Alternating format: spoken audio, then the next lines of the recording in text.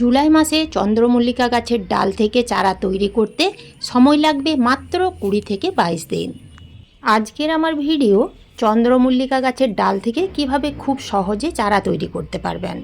বন্ধুরা, শীতকালের অন্যতম সেরা আকর্ষণ হলো চন্দ্রমল্লিকা বা ক্রিস্যান্থামাম। চন্দ্রমল্লিকা গাছ যত বেশি ঝোপালো হবে সেই গাছ থেকে তত বেশি পরিমাণে ফুল পাওয়া যাবে। তো এখন থেকে অর্থাৎ এই জুলাই মাসে আমরা যদি বেশ কিছু কাটিং বসিয়ে দিতে পারি তাহলে চন্দ্রমল্লিকা গাছগুলো ঝোপালো করার জন্য অনেকটাই সময় পাওয়া যাবে। নার্সারিতে এখন গাছের দাম অনেক বেড়ে গেছে। নার্সারি থেকে না কিনে চন্দ্রমল্লিকা গাছের ডাল থেকে যদি চারা তৈরি করে নেওয়া যায় তাহলে চন্দ্রমল্লিকা গাছ কেনার খরচ বেঁচে যাবে এবং নিজের হাতে চারা তৈরি করার আনন্দই আলাদা। চন্দ্রমল্লিকার ডাল থেকে চারা তৈরি করা কিন্তু খুব একটা কঠিন কাজ নয়। এই জুলাই মাসে আর্দ্র ও স্যাঁতসেঁতে আবহাওয়ার কারণে চন্দ্রমল্লিকা গাছের ডাল থেকে চারা তৈরি করা খুবই সহজ। বর্ষার এই সময়ে ডাল থেকে খুব দ্রুত নতুন শিকড় গজায়। সঠিক পদ্ধতি মেনে করলে আপনারাও খুব সহজে চন্দ্রমল্লিকা গাছের ডাল থেকে চারা তৈরি করতে পারবেন। আজকে আমি আপনাদের সাথে যে পদ্ধতি তুলে ধরব সেই পদ্ধতিতে যদি আপনারা চন্দ্রমল্লিকা গাছের কাটিং বসান তাহলে 100% রেজাল্ট পাবেন।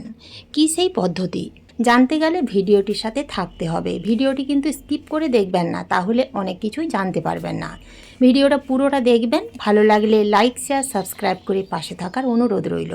নমস্কার বন্ধুরা, আমি সোনালি আর আপনারা দেখছেন সোনালিস গার্ডেন। কাটিংগুলো বসানোর জন্য আপনাদের প্রথমেই ডাল নির্বাচন করতে হবে। যদি আপনাদের কাছে 1 বছরের পুরনো মাদার গাছ থাকে তাহলে 5 থেকে 6 ইঞ্চি লম্বা ডাল কয়েকটা কেটে নিতে হবে এবং সেই ডালগুলো যেন সুস্থ সবুজ সতেজ হয়। কোনো রকম রোগাক্রান্ত বা গলে যাওয়া পচে যাওয়া ডাল নিলে হবে না।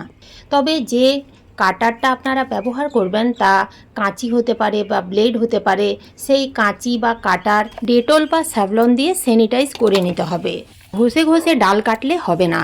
যে ডালগুলো আপনারা কাটবেন সেই ডালগুলো যেন থেতলে না যায়, তাই আপনারা ধারালো কাঁচি বা ব্লেড ব্যবহার করবেন। যখনই আপনারা যে কোনো গাছের ডাল থেকে চারা তৈরি করবেন একটা বা দুটো কাটিং বসাবেন না, মোটামুটি 5 থেকে 6টা কিংবা 10টার মতো একই সাথে কাটিং বসাবেন।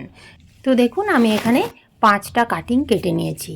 কাটিংগুলোর নিচের দিকে যে পাতাগুলো থাকবে সেই পাতাগুলো রেখে দিলে চলবে না। প্রত্যেকটা কাটিংয়ের নিচের দিকের প্রত্যেকটা পাতা এইভাবে কেটে ফেলে দিতে হবে এবং নিচের দিকটা ঠিক এই রকম পরিষ্কার রাখতে হবে। তো এইভাবে আপনারা প্রত্যেকটা ডালের নিচের দিকের পাতাগুলো কেটে ফেলে দেবেন। নিচের দিকে পাতাগুলো রেখে যদি আমরা কাটিং বসাই তাহলে ফাঙ্গাস লাগার চান্স অনেকটাই বেড়ে যাবে। কাটিংগুলো বসানোর জন্য আপনারা এরকম কাগজের গ্লাস বা থার্মোকলের যে গ্লাস হয় সেই গ্লাসগুলো ব্যবহার করতে পারেন এবং গ্লাসের নিচে এরকম বড় করে একটা হোল করে নিতে হবে। আপনারা চাইলে যে কোনো পটেই কাটিং বসাতে পারেন। তো কাটিং বসানোর জন্য আমি এখানে নিয়েছি 50% বাগানের মাটি, 50% নদীর বালি, 50% কোকোপিট। আপনাদের কাছে যদি কোকোপিট না থাকে তাহলে কোকোপিটের পরিবর্তে 10% পুরনো গোবর সার কিংবা ভার্মি কম্পোস্ট দিতে পারেন।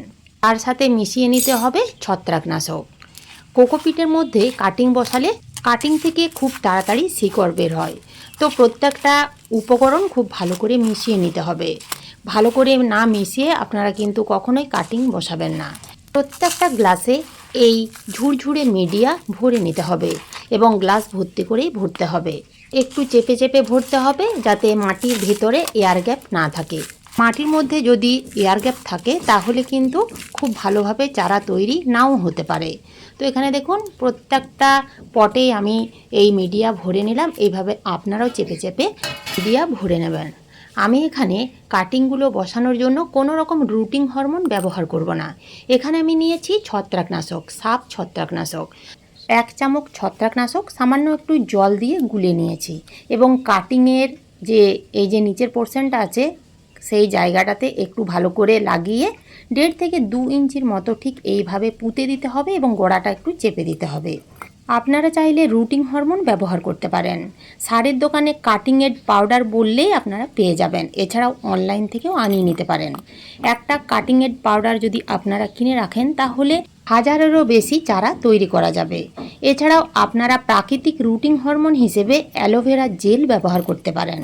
এখন বেশিরভাগ বাড়িতে অ্যালোভেরা গাছ থাকে, তো সেই অ্যালোভেরা গাছের এক টুকরো পাতা কেটে যদি সেই জেলটা লাগিয়ে ঠিক এইভাবেই কাটিংগুলো পুঁতে দেওয়া হয় তাহলেও কিন্তু খুব সহজে শিকড় বের হয়ে যায়।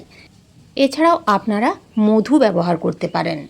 তো প্রত্যেকটা কাটিং যখন বসানো হয়ে যাবে তখন ভর্তি করে জল দিতে হবে এবং মাটির নিচ পর্যন্ত পুরো ভিজিয়ে দিতে হবে।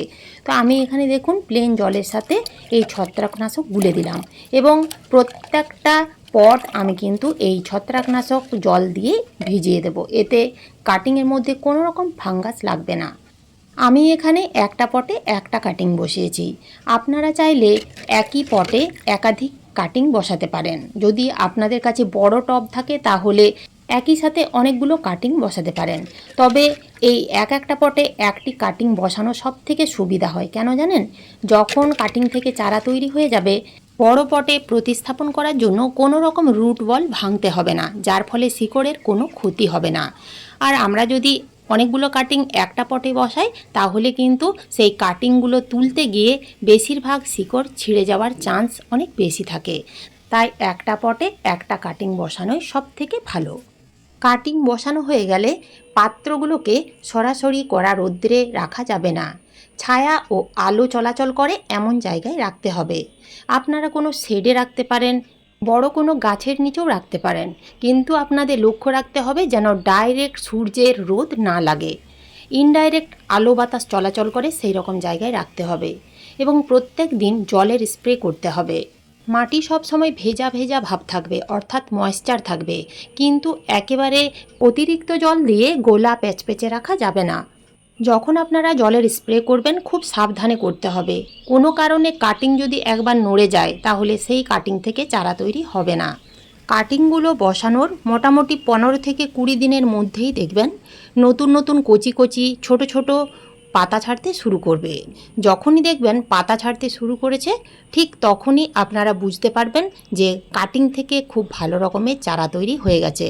আপনারা যদি আরও মোটামুটি 6-7 দিন রেখে দেন তাহলে আরও ভালো শিকড় গজাবে এবং বর্ষার শেষে এই চারাগুলোই শীতকালে ফুলে ফুলে ভরে উঠবে।